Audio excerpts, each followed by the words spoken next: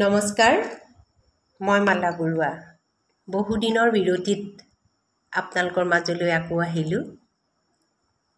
আজি পিতৃ দিৱস। পৃথিৱীৰ সকলো দায়িত্বশীল আৰু মৰমীয়াল পিতৃলৈ মোৰ এই কবিতাটো উৎসৰ্গিত।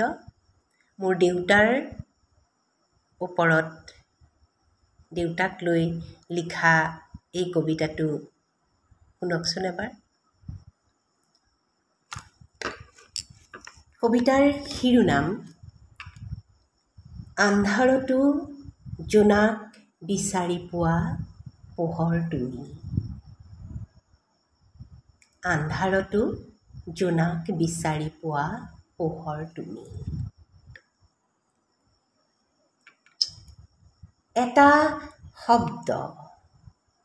শব্দ নহয় যেন পৰম ব্ৰহ্ম। উচ্চাৰণ মাত্ৰেই ভক্তিৰ অৰ্ঘ্য। কি যে এক অদম্য শক্তি, পৰাজয়তো জয় নকৰা বৃক্ষ। নিৰাশাৰ ছবিখনত আশাৰ সঞ্জীৱনী। ডাল পাত ফুলক আৱৰি ৰখা অমৃত তুমি। তোমাৰ উদাৰতাই আকাশ চুমে। সাগৰ সদৃশ মনটোত কেৱল আমি নিৰ্ভয়ে সাঁতুৰি থাকোঁ। সাগৰ সদৃশ মনটোত কেৱল আমি নিৰ্ভয়ে সাঁতুৰি থাকোঁ।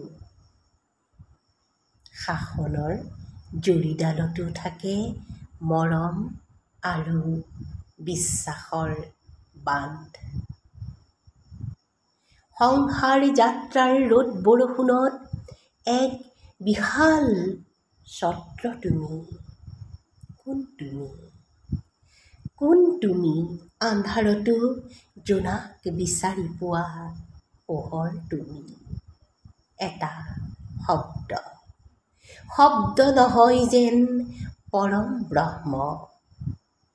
একাঁজলি মৰম আৰু ভক্তিৰ অশ্ৰু তোমালৈ।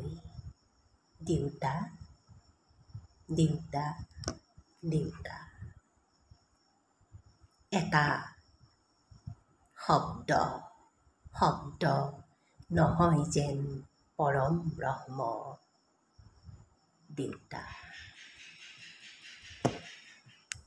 ধন্যবাদ।